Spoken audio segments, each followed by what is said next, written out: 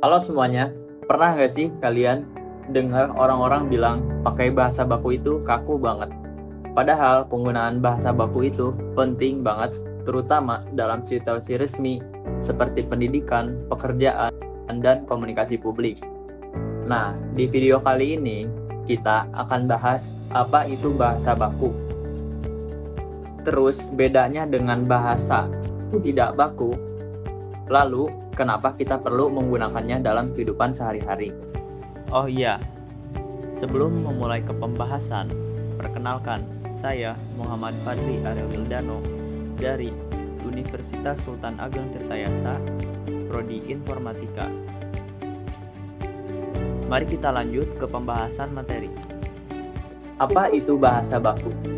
Bahasa baku adalah bentuk bahasa yang digunakan sesuai dengan kaidah atau aturan yang telah ditetapkan oleh lembaga kebahasaan seperti KBBI dan UEB. Nah, bahasa baku itu biasanya digunakan dalam situasi resmi seperti pidato, surat dinas, laporan, atau kegiatan akademik. Sedangkan bahasa tidak baku itu sering digunakan dalam percakapan santai, misalnya saat ngobrol dengan teman atau saat ngobrol di media sosial. Contoh bahasa baku dan tidak baku. Yuk lihat beberapa contoh biar lebih paham. Oi Bli, tugas yang kemarin lu udah kerjain belum? Bli, apakah tugas yang diberikan kemarin sudah kamu kerjakan? Nah, bisa kita lihat ada beberapa perbedaan dari penggunaan bahasa baku dan tidak baku pada tabel ini. Nah, terasa bedanya kan? Bahasa baku itu terdengar lebih sopan dan profesional. Mengapa bahasa baku itu penting? Pertama, menunjukkan kecerdasan berbahasa. Orang yang terbiasa menggunakan bahasa baku biasanya mampu menyampaikan pikiran dengan lebih jelas dan efektif. Kedua, menciptakan keseragaman makna. Bahasa baku itu membantu kita menghindari salah paham, terutama dalam dokumen resmi. Ketiga, menunjukkan sikap hormat dan profesional. Misalnya, ketika kita menulis surat lamaran kerja, tentu kita akan menggunakan bahasa baku agar terkesan sopan dan meyakinkan. Kapan kita harus menggunakan bahasa baku?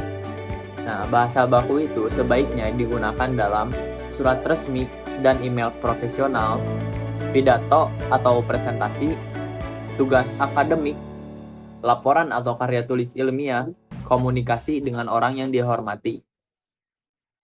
Tapi bukan berarti kita harus selalu berbicara kaku ya.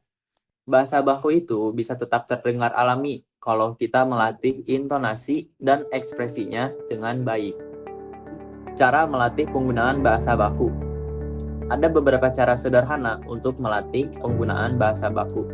Yang pertama, biasakan membaca artikel atau berita resmi. Yang kedua, gunakan KBBI online untuk memeriksa kata-kata yang terlihat ragu-ragu. Yang ketiga, perhatikan gaya bahasa di lingkungan akademik. Yang keempat, latihan berbicara di depan cermin dengan bahasa yang lebih formal.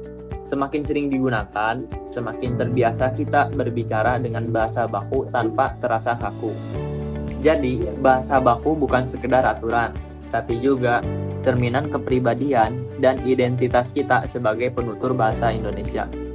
Dengan membiasakan diri menggunakan bahasa baku, kita turut menjaga keutuhan dan wibawa bahasa Indonesia. Terima kasih sudah menonton. Jangan lupa gunakan bahasa yang baik dan benar dalam setiap kesempatan. Sampai jumpa di kesempatan berikutnya. Terima kasih.